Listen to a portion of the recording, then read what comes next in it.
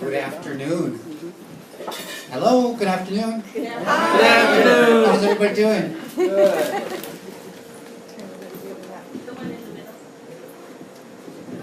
This is my second reading, so bear with me, and I was told to slow down and breathe. Because I tend to talk a little fast. His first one was fine, I was there. Okay, good. One of the things I thought was sort of interesting, my journey to get published was sort of a random sort of experience. I've only started making my work available for public in the last few years when I joined the Native Writers group over at the Loft. And was that last winter I read poetry at Dakota Speaks, which was a commemorative event for the Dakota uprising and a recognition of the hangings of folks at that time.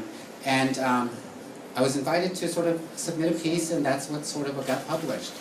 And it was, I'm always amazed at, what I was really amazed at was the fact that this is the piece that got picked.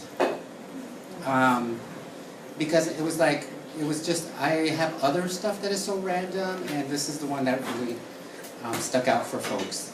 Like, okay, well, I don't understand it, and how people hear it is different than how I wrote it. A Mother's Hope.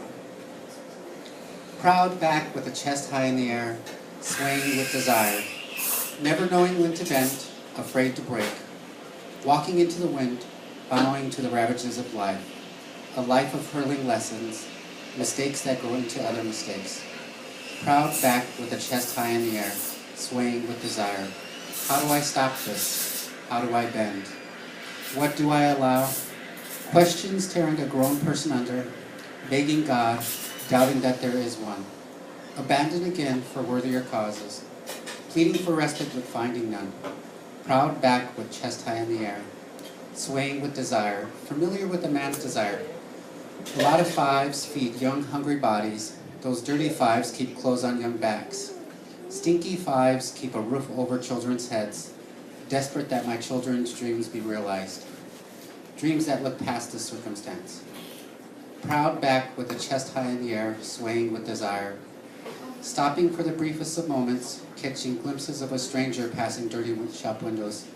Recognize this is not the dream that I once dreamed. Proud back with a chest high in the air, swaying with desire, hanging on, hope is all I have left.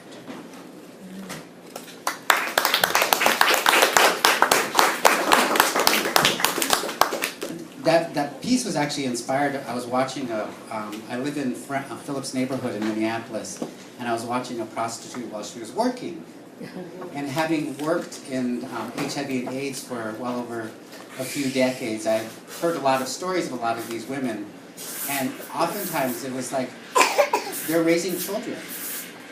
And they have lives, and there's a fullness about them, but yet people don't see them. They just drive past them and, don't see the sort of like fullness of their humanity. And so I was just sort of sitting there watching her, and I'm like, wow, I bet she's got kids at home. And I bet she's doing the best she can right now. And that's what she inspired me. So this next piece, I got 10 minutes, right? Yeah. Okay. A love to match my body. I was not meant to shrink into an ideal of desirable images of what a man wants, what he is fed by mainstream media, popular notions he believes he needs. I'm built to be robust, wide to match the horizon, large to cause fear, stared at with awe.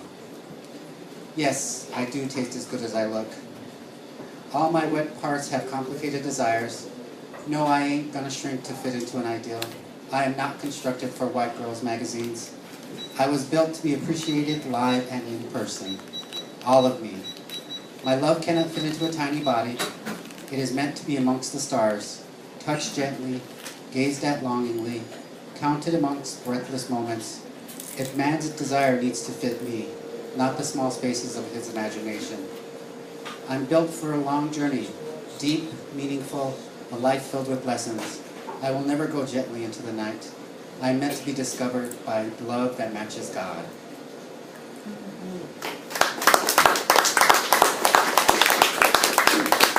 I'm hot.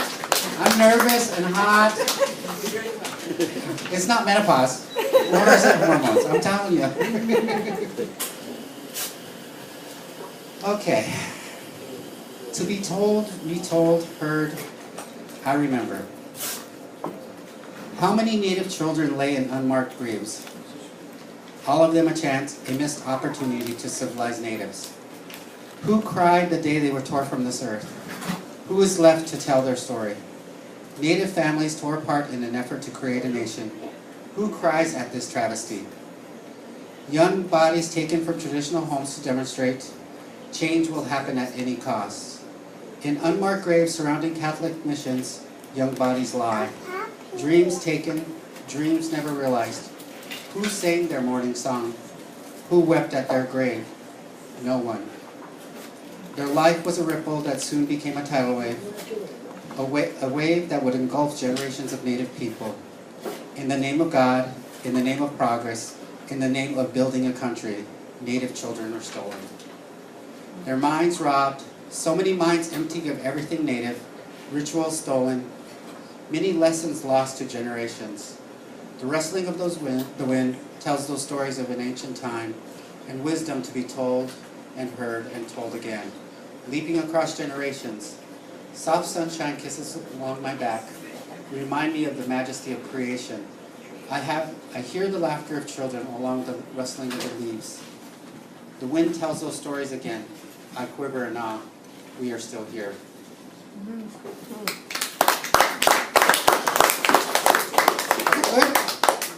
I didn't lose you guys. It's not too depressing, is it? Okay.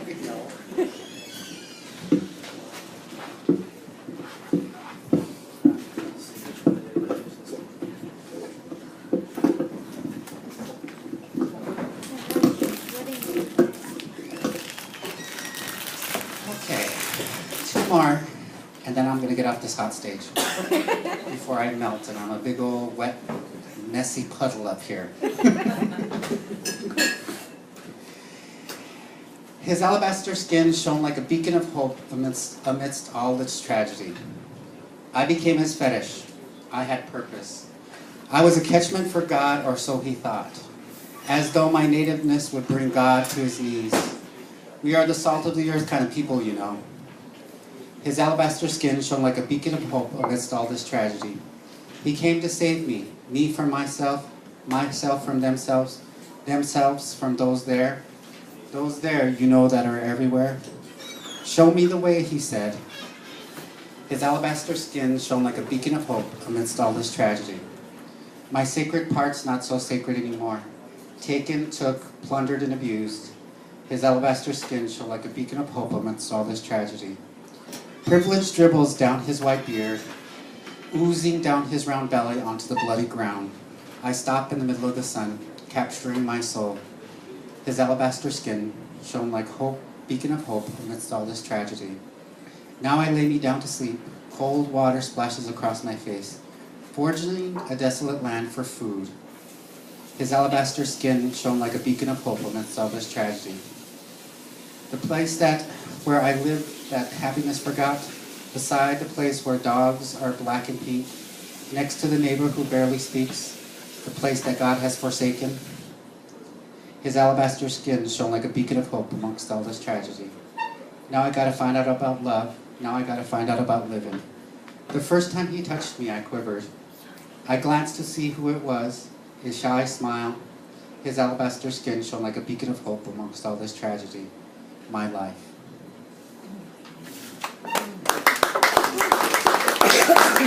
Are y'all still with me? Oh, this is so not like my drag queen days, believe that. I had 3 minutes, 3 minutes in front of us when I used to perform in drag. 3.5 minutes of a song is really long. It's really long. And having all those lights and everybody looking at you, and it's like, holy cow, and you're trying to mouth somebody else's words, and it's like, holy cow. Now this is a different feeling. My last one. Reconciliation. I am me, I am free, finally. Only in my dreams. Real men touch kindly, speak softly, hold gently, gaze longingly. It's then I stumble into bliss. I fall headlong into hope. They smell like safety. I fall into an abyss. Cold water splashes across my face. Men leave, hit, speak harshly, tear at my dignity, sanctify nothingness, revel beauty, the tiny kind, never robust, you know. If my body was a temple, like God made me, it explains why men took it across the passage of time, hurt piled high, abuse that confined me. I know this place. Privilege reeked, sacredness is gone. How only for men to talk blasphemy about. I see the bright sun in the distance. I stagger, breathe raggedly, gasping. Cries from a distant past engulf my soul. They sear across my reality, and they speak the truth. Bear witness to my reality. God, is this yours, I ponder? I laid at an altar. Real men touch kindly, speak softly, hold gently, gaze longingly. Do I settle? Do I return to my ordinary, consume my familiar? Just 'cause I dare to dream, I've carefully laid my bed so I won't be alone. Yet I'm naked, living on the edges of tears. I fell in love with the sun. Is this God's house? The ecstasy of salvation drips alongside all this sadness. I feel free. Whispering willows tell secrets untold of a paradise, of majesty, of delight. Love bubbles up, strangers don't destroy. Reconciliation abounds, faith pulsates. I quiver in awe, grief piled high and into infinity. Gone. What was bound to my back disappeared. The wind has taken those tattered pieces. I weep. I hear the stories of an ancient time, those left along the ground, in the trees, amongst the flowers, stories of triumph, of vindication, of love, of anticipation, of pain, that is bound to the cosmos of human survival. Mine is told amongst a broken people, no eyes, no ears, no sense, only silence. The drumbeat of a heart compels them and me. My voice joins the cacophony. Truth unseen, untold, released. I'm not afraid any longer. Luxury looms over the hills, past this place. Beyond the woods of the screaming voices, I am clean, I am free, finally.